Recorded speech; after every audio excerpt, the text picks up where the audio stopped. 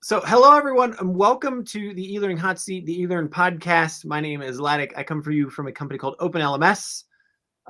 Many people also know me from a company called LMS Pulse. And we're here to have a live conversation with Elizabeth Dalton, who is now with IntelliBoard. You are the learning and development analyst, or a learning and development analyst at IntelliBoard. Maybe you're the learning and development analyst. I'm not sure. I think I'm the only one with that title at the moment. Yeah. Well, Elizabeth, where do we find you sitting in the world today? I am in New Hampshire, about halfway between Boston and the Canadian border. I love that. That is fantastic. As most people know who's listened to this before, I'm sitting here in Mexico City, so I'm thinking our temperatures are somewhat different. But oh yeah, it's cold here. It is above freezing. Oh, that's nice. That's nice. I was in Colorado recently and in the mountains, and boy, the freezing thing. That's I've been living in the tropics for like a decade, and I just that's a tough one for me now. No, I like our seasons. So when people listen to the recording of this, just want to note that we're recording this at the top of February, sort of February 10th.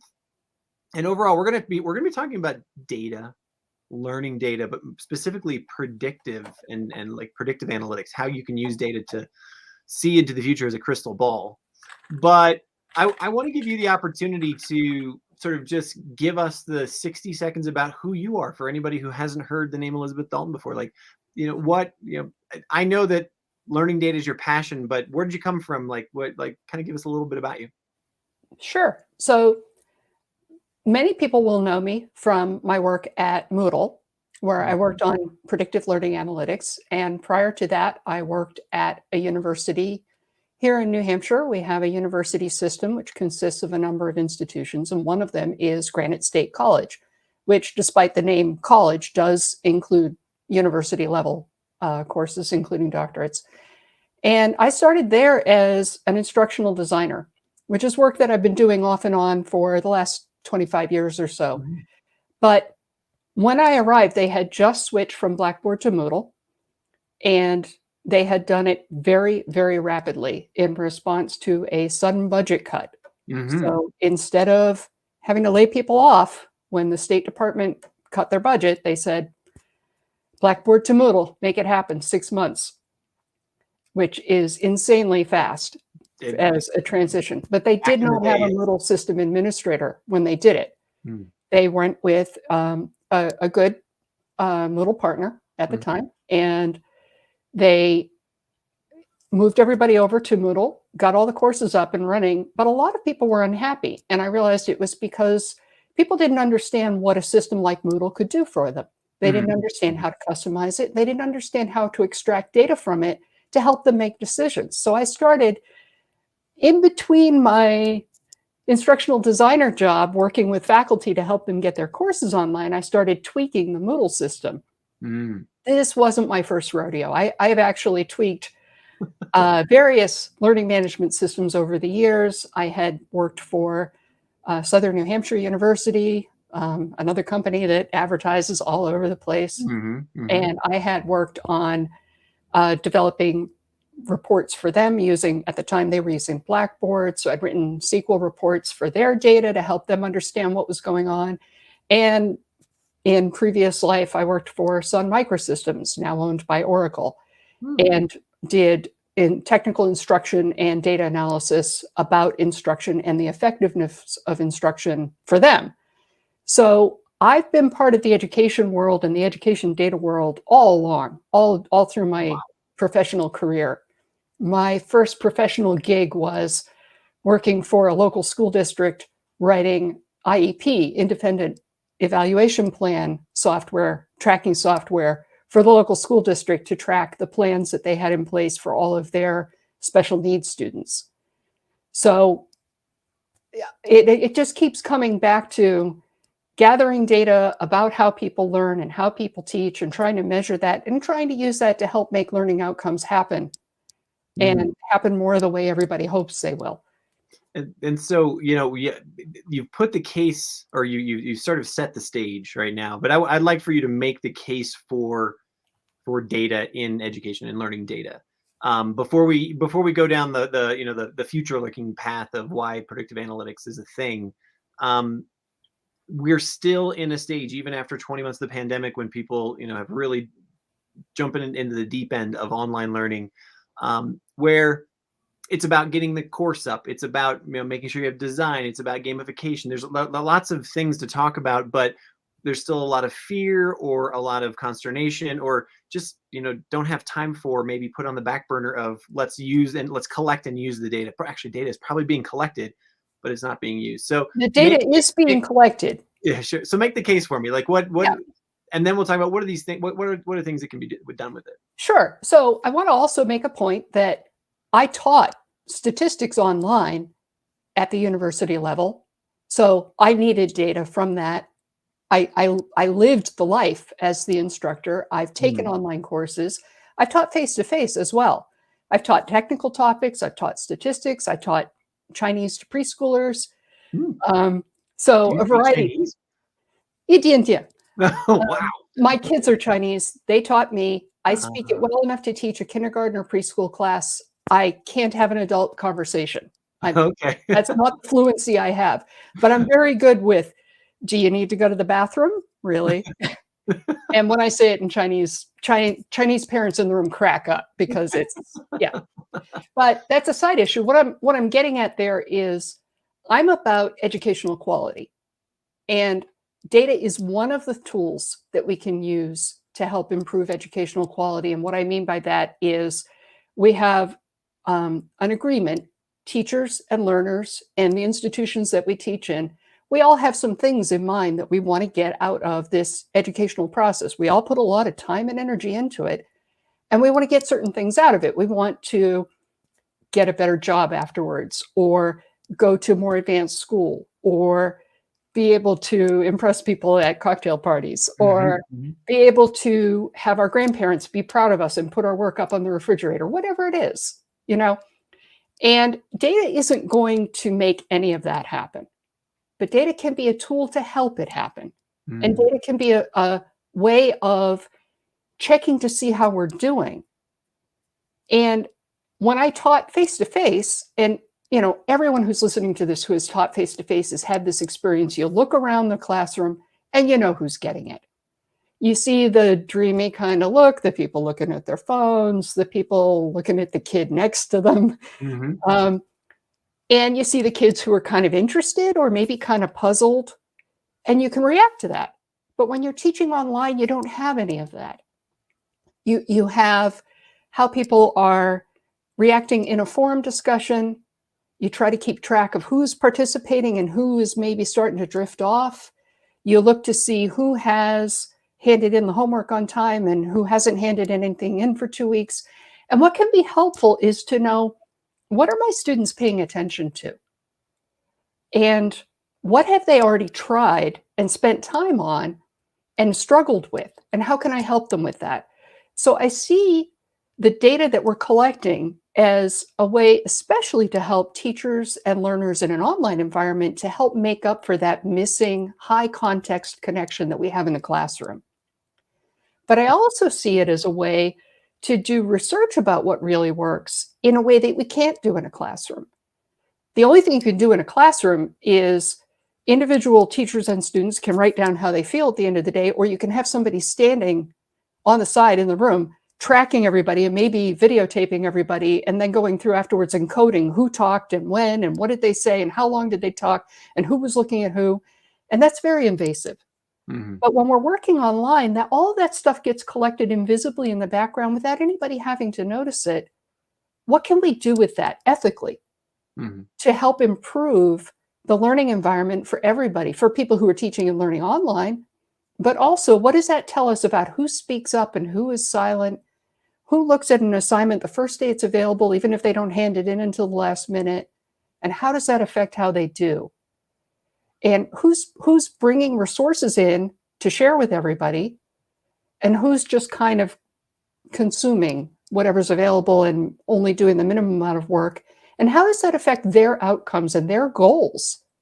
What can we know about what students actually want to get out of the process and what teachers want to get out of the process?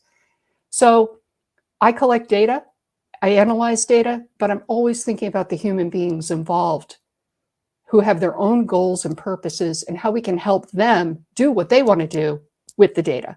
It's not about the data.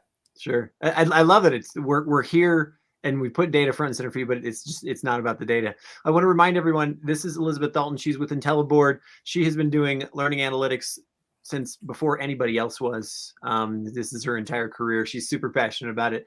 And this conversation is going to be talking about how we use this data to improve the learning experience in all of its different aspects. I want to give a shout out to Rev OK and Natalia Polodova, who I hope that I did not destroy your name there. But that's also just an indication, because we're live. If you're listening on LinkedIn, if you're listening on YouTube, if you're listening on Facebook, you can put a question in the comments. You can put an observation. You can just sort of give a shout out and just say hello, because we are here and we would love to take your questions.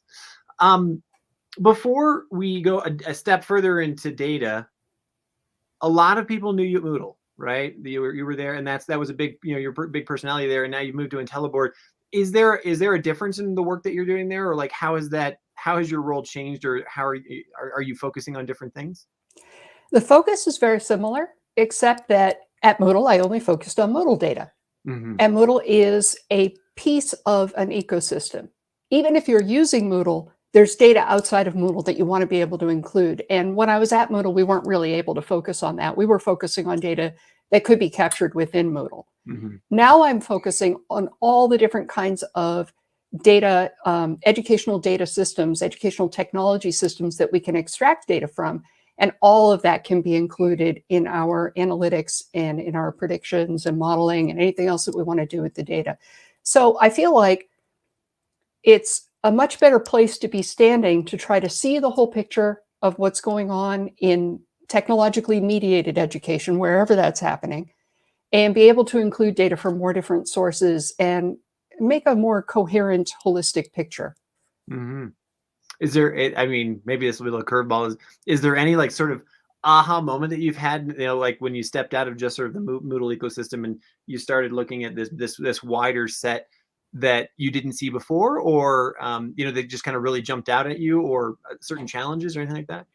I would say more it was oh, finally kind of moment. I mean, I loved working at Moodle. Sure. But I couldn't do anything with the data that was outside of what we had at Moodle. And I had colleagues and people who were always contacting me and saying, but I want to be able to use this other data, and I couldn't do anything to help them. So now I feel like, all right, well, only for people who are working with IntelliBoard, but within that context, I'm doing research and offering workshops that could apply to people even who aren't using IntelliBoard. I happen to think IntelliBoard is a good product and is a great way to gather all your data in one place so you can do something with it. But what I'm learning can be applicable elsewhere as well. So I feel really good about this being a good place to stand to contribute to our professional community knowledge about data and how it can be used to help education. Okay, excellent. I wanted to start moving down the path of analytics and get us to predictive analytics, which is something that is a passion of yours. But I think there's an interim step there. So when we talk about analytics, what does that mean to you? I mean, you kind of give it in a little preamble about how data can be useful, but is it something like we're analyzing post-class, we're analyzing real time, we're analyzing, to try to predict, what the future is? I guess that, that's what predictive is. Like, can you give me a sense of what that spectrum is of what, when you have a data set, how much and how, what are the different angles that you can approach it from that, predictive analytics is one of that spectrum, I guess. It's definitely a spectrum, as you say. And there are a couple of different dimensions, if you like. So the question of, are we analyzing the data real time, or is it something that happens after the class, is definitely one of those spectra. I've mostly been interested over the last 6 or 8 years in the data we can analyze real time. But we use data from the past to make models that help us predict things real time. So I'm still interested in what we can get after a course has ended or a student's engagement has ended to help understand what's going on right now. But learning analytics in general, when we're talking about learning analytics as opposed to educational statistics is that it's about something that's happening right now during the class that can help inform the learning while it's happening.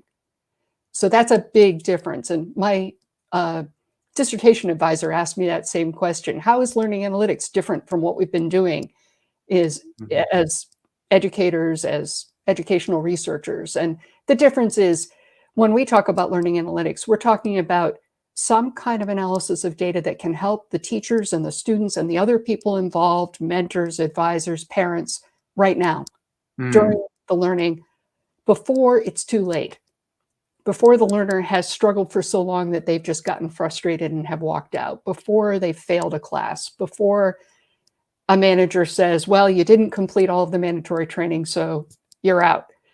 We want to intervene before then. And that's what learning analytics is about helping us do. Can I characterize it as simple as, if you juxtapose it against educational statistics, that would be really a macro view of what's happening in an educational system or a district. And this is a micro level where it's like, we can go down to the student level if we want to, or the classroom level, that kind of thing. Sure. So there's that matter of scale as well. A lot of other, the whole broad area of educational analysis, data analysis can include big systems, small systems, but with learning analytics, we're usually, there's predictive analytics and then there's general learning analytics. So IntelliBoard is a learning analytics tool and includes more than just predictions for one learner or for one course. IntelliBoard, as a learning analytics tool, as other tools do, will also tell you, this is how many courses I have on my system. This is how many users I have in my courses. This is when my users tend to be online. So this is when I can afford to take the system down and do maintenance. This is the range of different kinds of software or hardware or operating systems that my learners and teachers are using to connect to the system. So that's what I need to support. There's a whole wide range of different things that can go into learning analytics as a bucket. I tend to focus most on the parts that directly impact teaching and learning, but there are other things that have to do with, is my LMS system powerful enough? Do I need to increase the amount of memory or processors that I have available in my system? And learning analytics can help answer those questions as well. So, as a broad topic, anything that comes from your various learning technology systems that can be accumulated as data and processed in some way that helps you make a decision, that's learning analytics. Predictive learning analytics becomes a more specific thing. But we talk about learning analytics in terms of what happened, why did it happen, how can we help it happen better, what's likely to happen next. And to some extent, all of our various attempts, everywhere I've been, every kind of data analytics system I've used has been around one or more of those questions. So we have an interesting question here, and I'm hoping it's not going to throw a curveball at you, but maybe you can answer it or not. So Camila, whose family name again I will butcher, but is Gejorita, I'm gonna say, I'm not sure where she's from, but she says students are usually reluctant to open their webcams in an online class. And how effective is teaching students without visual contact? Have you looked at any data sets that compare, people who have their cameras on and are not cameras on, and how that changes the effectiveness of delivery? I don't have a single answer for that. And I'd like to know from Camilla what age the students are and what level of learning they're in, because you get different responses from different ages of students, whether they want to be seen and whether that being seen and seeing other people helps them as part of their learning. And then you also get some differences on personality. We have seen over the past 2 years this huge impact of so many people trying to do online what they're used to doing face-to-face. And one of the things that I like to point out to people is everybody who's teaching today probably had their first learning experiences face-to-face. Their whole lived experience with education has mostly been face-to-face, and they feel like they're comfortable with that. They know how to do it. All of a sudden, all of them get thrown into online. Unless you've been through online as a learner, it's hard for you to imagine what it's like for your learners. And so now we're all just trying to make it up as we go along. Data can really help that. It can help us to see when it's effective and when it's not. I don't have a particular data answer to, does being able to see your teacher, your students help with the learning process? With a lot of people, it probably does. Okay, so Camellia is telling us high school students. Right. High school students are at a really interesting age in terms of wanting to be seen and not wanting to be seen. So Yes. let me just expose myself a little bit here. When I had to prepare for this interview and I realized it was going to be a video interview, I panicked. I was like, what am I going to wear? Do I need a haircut? Do I have a good video camera? And I was one of those shy kids in high school. I would not have wanted to turn on my camera. On the other hand, where I work now, we have some meetings where people don't use cameras, but the big meetings, the ones where we really need people to be paying attention, everybody's required to have their camera on. And I don't want to say it's just so that we can watch what they're doing, but we have noticed that people are more attentive when they are on camera. So there's some psychology involved here, right? And I can't give you a definitive answer. People will learn better with the cameras on, but they are probably more focused on paying attention when the cameras are on. That said, there are times when I would like them to be able to work without the cameras. So when I taught statistics, I noticed that my English as a second language students were much more comfortable participating in a forum discussion where they could take their time reading and responding than they were in my face-to-face sessions, where they would be very shy and wouldn't really want to speak in front of other people. So I felt like the online forum privileged them in a way that they'd kind of been disserved before, where they had struggled in a face-to-face class. Now they were feeling like they were getting the attention and the time and the chance to explore ideas that they needed. That could apply with face-to-face as well. On the other hand, you don't really want your kids just playing Fortnite when they should be paying attention to class or watching Facebook videos or whatever it is. So I think there could be a balance where you could trust your students, especially high school age students, to say, some of this stuff you're going to do on your own. Some of this stuff I don't need you to have the cameras on for. But when we have a conversation about a book that we all just read and we want to really engage, let's turn the cameras on so that we can meet each other and be sharing this conversation about something that we want to talk about. So let's try to balance. Let's try to give the kids a little bit of space to think about things on their own and not feel like they have to be on camera all the time.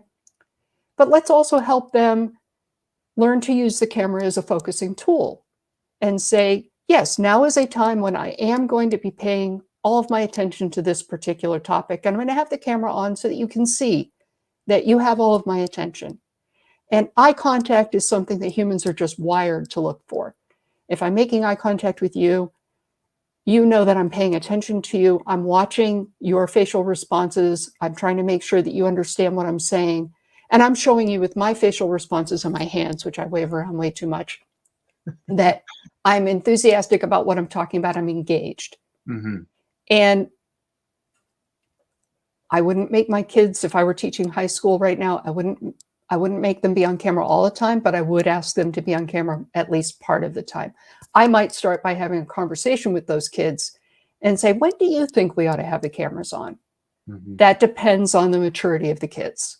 Sure. You know, sometimes you can do that with a class and sometimes they're just not there and you have to, you know, you're at the end of the week, the principal's going to come to you and say, so, you know, how are your kids doing? You need to be able to say, you know, you don't want to get a call from a parent saying, hey, you know, our kids haven't been doing anything all week and the teacher hasn't even been paying attention. Teacher never made them have their cameras on. Right. So we've got some different players, some different stakeholders, people with interest in the educational process. We can have more conversations about this. I guess that's the short version of what I'm trying to say. The different people who are involved in the education process can have a conversation as much as possible and negotiate and decide together what's the best way that we can make use of this technology, whether it's cameras or an online forum, or whether we use quizzes with tight time limits, or we leave our quizzes open book, but we make the questions deeper so that they can't just be answered by looking them up in a book. You know, different things that we can do, and we can try to work together to decide. I think this has given us a really good opportunity to notice how many unconsidered assumptions we had about learning and teaching. And now we have a chance to try to look at some of those things and say, you know, I think we could do better. And I also love that how it's, you know, I want to thank Camila. She said she's from Romania. You know, how it also opens up. It's just another indicator of the shrinking world that we're in, and, you know, our connectedness to others as well, and our ability to reach out and say, you know what, my students may be dialing in from literally every continent at the same time. You know, and so what are the different needs that they have in terms of time zones, and you know, when they're going to be able to engage, or how they're going to be able to engage, especially at the adult learner level. I think that becomes more and more prevalent, because we are mobile and we are remote at those same times. I want to remind everyone that we are actually live right now with Elizabeth Dalton from IntelliBoard. You know, we have had a couple of questions come in, but thank you very much. If you do have a question, observation, anything that you'd like to say, please put it in the chat. If you are on Facebook, LinkedIn, or YouTube, we do see them. And as we just said, we love to try to respond to them if we can. I want to move our conversation into the predictive universe, because that's where we're at, and that's what we really want to talk about. Whenever I hear the term predictive analytics, you know, the first thing that jumps on my mind, I think is the same for a lot of people, which is like the at-risk student, right? What does this mean, the at-risk student, and how we identify them and then provide them support to either mitigate or move them in a different direction or find a different path for them? What's this mean for you? Like, is this, you know, is it the same in every situation? Does it matter between, you know, what age they are? Sort of break that down for me. Sure. So the first thing that I want to draw people's attention to is at risk of what? And what's the goal of your educational system? Now, when we're talking about K through 12, we really kind of have a goal that we want everyone to be successful in their courses and complete and graduate, because we have come to an agreement as a culture that public education, or, you know, a K through 12 education, a certain amount of education, is something we want everybody to have. When we go beyond the K through 12 environment to higher ed, we have differences of opinion about what that education is for. So at your Ivy League kinds of schools, they only take the students that they consider to be the best, and they only pass the best of the best. And keeping the value of their credential high is part of their process. So if they were handing out A's to everybody, they would consider that to be a problem, because that's not what that school is promising to its students or to the community at large. A Harvard or a Yale is promising to identify the best of the best and give the highest credentials to the very best, the students that they consider to have the most capability. When I worked at Granite State College, we were an adult learning higher education institution, and we were really more trying to help everybody succeed. So every student who came to our classes, as much as possible, we wanted them not just to get an A, not just a written letter, but to actually learn whatever it was that they needed to learn, to go on and do whatever it was that they hoped to do, that they came back to us for a college education in order to do that. That was kind of a weird sentence, but makes sense. I think we get it. It's a difference between an academic curriculum and a social, what we call sometimes a social efficiency curriculum, where an academic curriculum is about identifying the best scholars or the best possible practitioners in a field. And a social efficiency, or what I call a pragmatic curriculum, is about trying to help everybody meet a certain standard. So if you're going to give them more than one chance to take an exam, you let them do that, as long as they're studying in between. And ultimately, the point is to help everybody succeed. Now, those aren't the only two models. You also have a very learner-centered individualist kind of model where you're trying to help every student grow the best way that they can grow.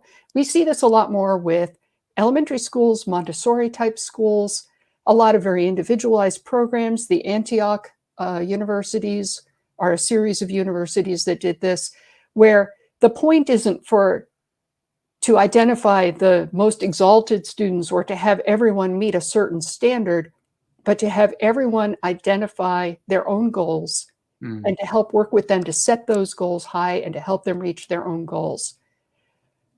I don't know of any LMS that actually focuses on that group of students and that kind of learning right now. It's something that we're talking about trying to add as an add-on app at IntelliBoard to help students set goals and to track how well they reach goals. We see that more in e-portfolio systems like Mahara, where it's about helping students collect and curate their own work and evaluate their own work and try to improve their own work. But there really isn't that sense of setting goals. We see that more with competency-based learning. But competency-based learning tends to be focused on helping all students establish a certain set of competencies. So Western Governors University system has that kind of, we don't care where you learned it, we don't care how long you studied. If you can pass the test, that's good enough for us. So that's again, the social efficiency or pragmatic model. So we've got 3 models so far. The 4th model is something that we think about, but we don't grade, which is we want education to be part of empowering people. We want it to be changing the relationship that individuals have so that many of us want, so that they're not being merely affected by the world, but they're part of making decisions in the world. They're able to take a place in their communities and become sometime maybe leaders of their communities in certain ways. And I don't know of any systems that regularly do that at this point, but I think it's something that could be a really interesting challenge. We call that transformative education. And it's something that we keep in the backs of our minds in every kind of education that I've seen, but it's not something that we try to support with data until now. I was just going to say, like, I don't even know what would be are there proxy indicators for empowerment that, like, what is? Well, there can be some predictors, like how often do people participate in conversations? Is one person dominating the whole conversation, or is everybody having a voice? There are kinds of open pedagogy where we start the course by asking everybody what they want to get out of it. And the class works together to define some goals and to choose a curriculum. And they work together and develop some ideas. And that automatically helps bring everybody in as more of a full participate in the learning process because they're helping to define what that process is. Our school system, at least in the United States, doesn't prepare people to participate in that kind of environment. So very often the first couple of classes that students are in, they can even get very frustrated and say, would you just tell me what I need to do to get an A? And I've had my students say that to me. I want to give you a real world story. Everybody who's listened to the podcast before knows I got 3 kids. Before we lived here in Mexico, we lived in Thailand. And the school that my children went to has one of these open curriculums, right? It's sort of has one of these open pedagogies where, it's going to be a self-discovery, self-directed type of learning. And I cannot tell you the number of times I spoke with, especially American expatriates, they're just like, why are my kids not doing, the multiplication tables, and where's the spelling homework and this and that, where you're just getting, whereas the school, clearly sets out, how it teaches and what it teaches and the methodology it uses. But it was really hard for them, unfortunately, to come up with the data answer for these parents, these concerned parents, to say, look, we can show your child is progressing, Right. And it's and most often the response was trust in the process. And that was it's a hard sell for many people, especially coming from much more authoritative, results-oriented kind of. If you have criteria that you can measure against, it just becomes clear whether or not that's good for the student or not. But so here are a couple of things that I think we could work on to try to help bridge that gap. between people who are looking to see evidence that their kid is learning or that they're learning or whatever, and wanting to give students more of a voice in designing their pedagogy and having an open system. We've seen over years of research with projects like Open Schools in the UK and here, we've seen that the students who come out of those environments actually do just as well as the students who've been in a very highly test-focused, very structured environment on average. Does that mean that every student would do as well in every environment? No, probably not. And I would like to see a world where students are matched more to the environment that will really help them grow and succeed and be able to do the things that they want to do in life.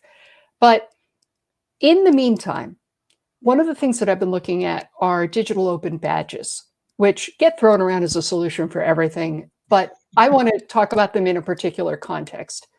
There are things that we agree in general that we want people to get out of learning. So, for example, I did a whole project on this once for a MOOC that I was taking. There's a set of rubrics called the value rubrics that are put out by the American Association of Colleges and Universities that are, we think that a liberal arts education should include people advancing to this level of skill in these things. And they're things like being able to recognize and evaluate evidence, being able to clearly explain a point of view, being able to recognize other points of view, being able to work together on a team, being able to identify significant points in history. It's like across the liberal arts spectrum, where that includes your math, basic math and science. You know, but what we would think of as a liberal arts education, there's this list of about 40 areas where when somebody comes through that, they should be somewhat skilled in these 40 areas. And they had written out criteria for these levels of rubrics. And I thought, what if, in addition to whatever grades you were getting, in every course that you took, your teacher and even a group of your peers could nominate you for a level of a badge against one of these 40 badges, where these are the 40 rubric-driven criteria that identify a liberal arts education. And it would not just be that they nominate you, but they say why. And when you came through the end of your education, you'd have a list of testimonials of your best features, like being able to communicate clearly, or being able to analyze data well, or being able to see patterns across different situations, or being able to recognize diversity. Just things that you do well that you demonstrated in whichever class you are in. And it's not that you've got a grade, but you've got a testimonial. We could be part, as an educational technology field, we could be part of tracking those testimonials. It's kind of like the best example I've seen of this in the real world is on LinkedIn. It's not great, but if you have a LinkedIn profile, somebody can nominate you for a skill. Now, they can make up any skill they want. And people play games where they just nominate everybody for everything. But if it were a little bit more evidence-based than that, and you had the opportunity to nominate someone else for something that they do well, and they had the opportunity to nominate you, and you came through with an understanding of, here are my strengths. Here are some things I'm good at. Here are some things I wish I was good at, but nobody has nominated me. I want to work on that. Or here's something I didn't even know I was good at. I wonder where that could take me. Systems could be part of helping to record those testimonials and helping to record the evidence and give people a way to present that evidence so that we could be recognizing not just I passed an exam on a particular topic, but the way I passed the exam shows that I'm good at analyzing data from a lot of different sources and synthesizing it. You know, or I can recognize that in one of my learners. And if a couple of other teachers in different courses also recognize that, that's a learner who has a credential they can take to a hiring manager and say, across the board, my peers and my teachers have said, I'm really good at pulling a team together and listening to everybody's point of view and coming up with a consensus. That's my strength that I can bring to you. And we give people more chances. When we recognize that that's part of learning, we start to make more space for it in our learning. And we give people more chances to try to be good at those things. And then we give them a chance to show off that they're good at those things and take those on and use them in life. So that's a really different direction. We've taught, that's the fourth kind of curriculum. And that's how I think we could start to address it. Excellent. I want to give a shout out to Medhat, who mentioned that she tried the first ADLX framework. Are you familiar with that? I don't know that one, but I need to take a look at it. Thank you for the recommendation. Yeah, thanks for putting that on the table there, Aya. And thanks for listening in right now. I also like, where I really loved where that answer was going was data's gotten a pretty bad rap over the past, let's just call it 4 or 5 years, with some of the Cambridge ways it's been used, etc. Yeah, sure. With the ways of, and at the end of the day, that's humans making choices about how they want those algorithms to work and what they want them to look for, and then how they want them to manipulate people. Yeah. But there is this positive side to what data is, the possibilities of data. And I'd love for you to put your vision on the table for that, beyond, okay, hey, let's identify the student who might be struggling. We can also identify the student who might need a little push because they're excelling and that, this is clearly too easy. So we need to, challenge them in a different way. Or just in the example that you just gave, collecting these testimonials or whatever, so that we have a different way to emphasize, parts of our personality and parts of our individuality that we're good at, and what we might want to work on. What other, kind of flip the script things have you started to think about, or are you working on in terms of predictive analytics or data and data analysis in general, about emphasizing that positive side of people? Well, one of the things I'd like to speak to that you were just talking about the abuses of data, is that I think it's very important that we let people know what data is being collected about them and what it's being used for, and give them a chance to challenge it. Because if you're in a system that logs how often you log in, and you don't log in that often because you have a lousy data connection. So you log in and you copy everything off the system, and then you study off on your own time, and then you come back. But the system says you're not participating very much. Yeah, sure. You should have a right to challenge that. And there should be regular organized tools to let you do that, to say, we're making a prediction about Ladek that he's not probably going to succeed in this course because he doesn't log in very often. And you see that, maybe even before your teacher sees it. If we can find it. You could present them with a dashboard that just says, hey, here's what we're paying attention to. And your participation level is pretty low. We're kind of worried. But then you could have an opportunity to feedback and give an explanation. Right. And give an explanation and say, I don't agree with your interpretation of this data. Or even, I need to correct your interpretation of this data. The system was down last week, but I sent in my assignments through email. My teacher knows that I have them. I got grades. So we need to be careful when we're designing data systems that we never assume that our data systems are smarter than the people. And we need to give the people involved a chance to correct those data systems. We also want to watch out for bias. So I'll talk a little bit now about predictive learning analytics. All predictive learning analytics has a basic cycle. You look at the past, you build a model, you input the present, and you predict the future. Well, the past could be biased. So you asked me earlier about who are the students who are at risk, and I went into a long conversation about at risk for what?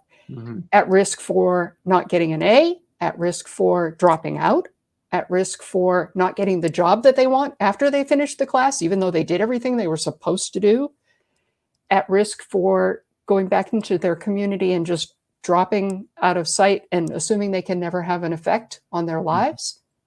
What risk? So that's part of it, is just to be more explicit about saying, what are we considering the goals here?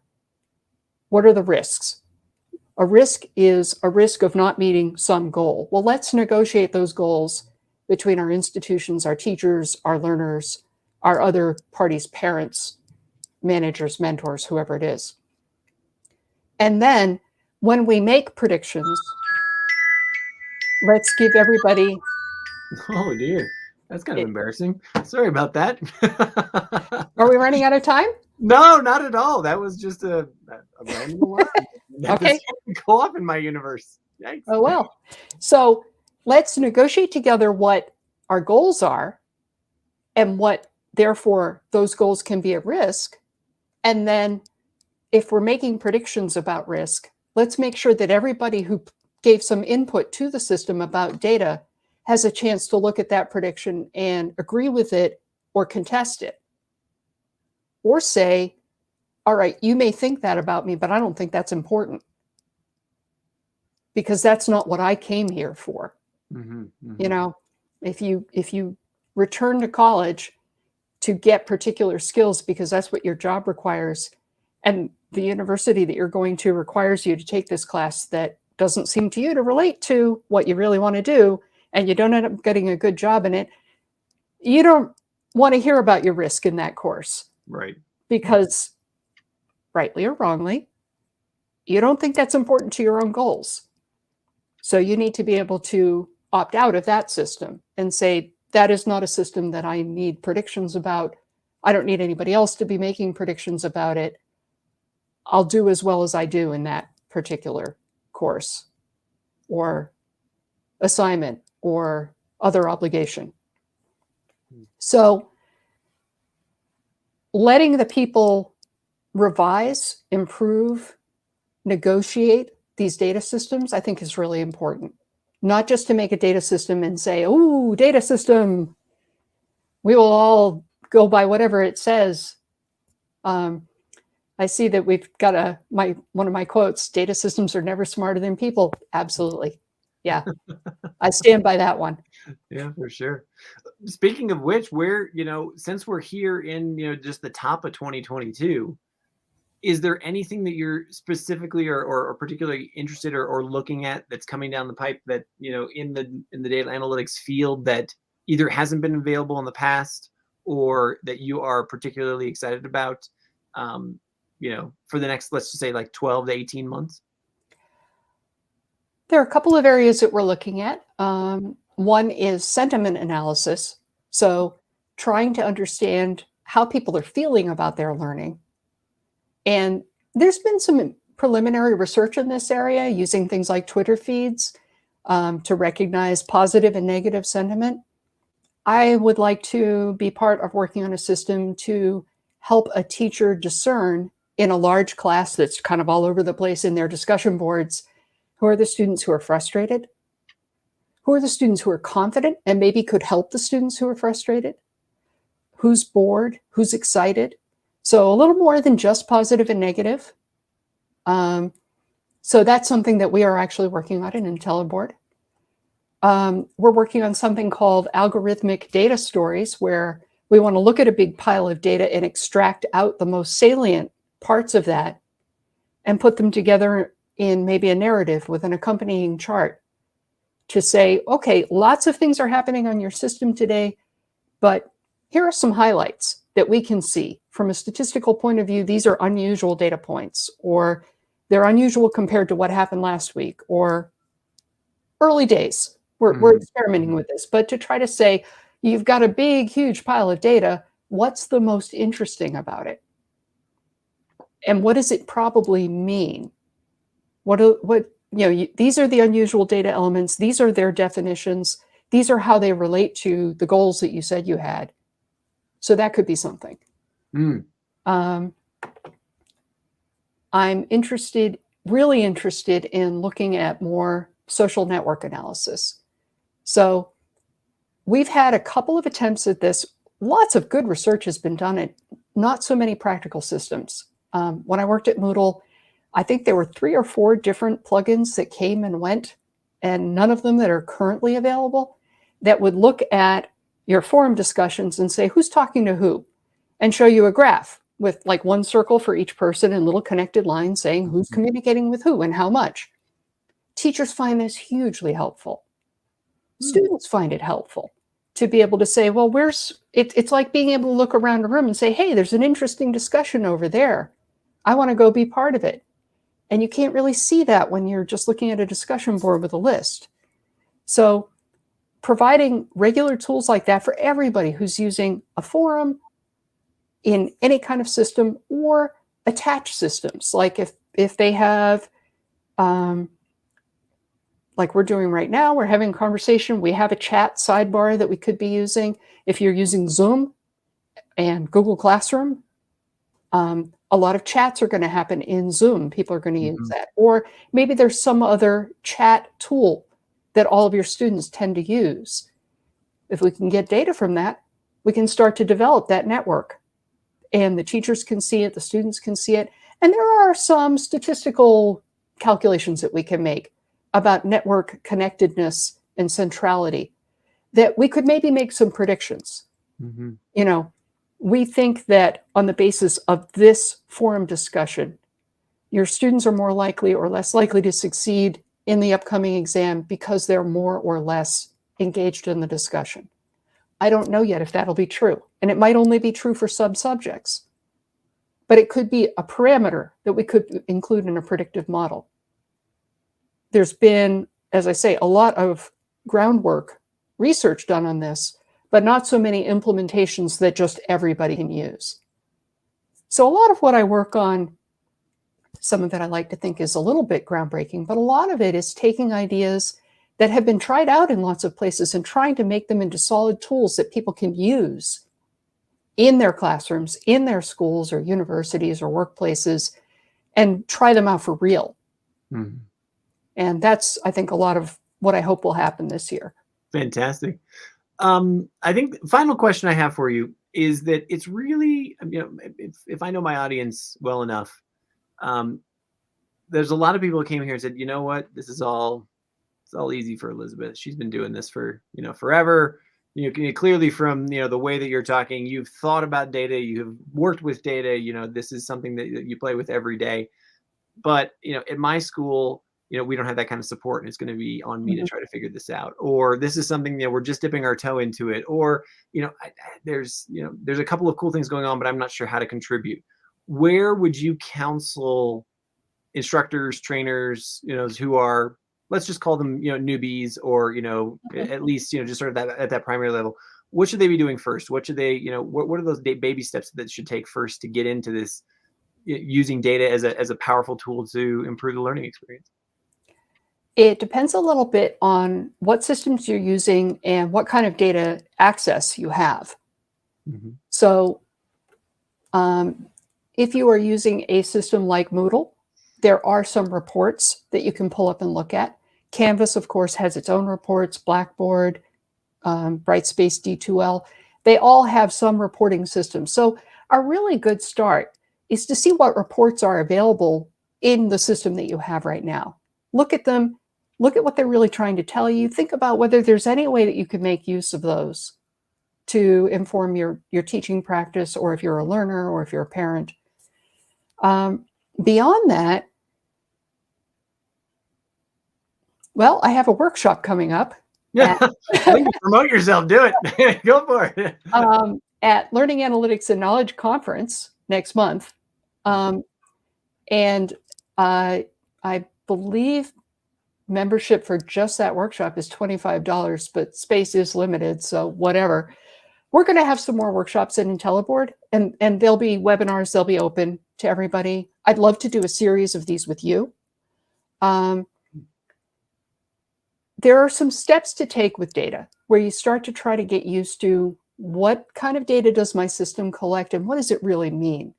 And I can't give you a blanket answer about where to go to get that information, but with pretty much every learning management system, there are communities of people who use those systems. And those communities tend to have a lot of people, crazy enthusiasts like me, and new people who are just trying to learn out, and places for those folks to have conversations. So I would say the conversation areas, the discussion areas for those learning technology systems are a really good first step. They tend to be open to newcomers.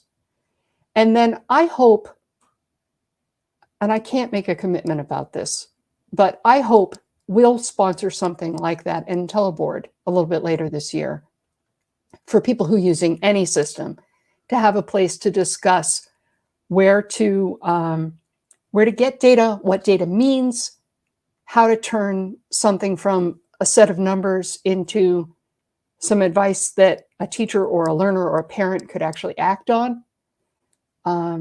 I'd like to have a place where we could have safe conversations, where people could ask what they think of as the dumb questions.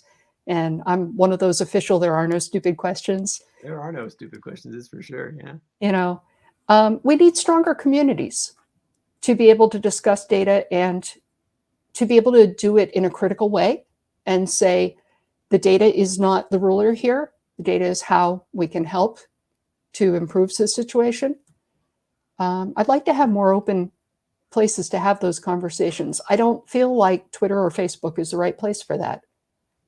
I'd like to have a more focused discussion environment where people can talk about data and question it and maybe come to some consensus about what we'd like to use to measure things. Fantastic. I'm going to put a pin in it there. I think I want to take you up on your offer of maybe let's create a series out of this, and we can talk about all these different from the very basic to the really complex in data and learning. But Elizabeth Dalton of IntelliBoard, this has been an incredible conversation. I am fascinated even more than I ever was before, and I can't thank you enough for taking the time out of your day to talk with us. Thank you so much for having me. It's been a pleasure.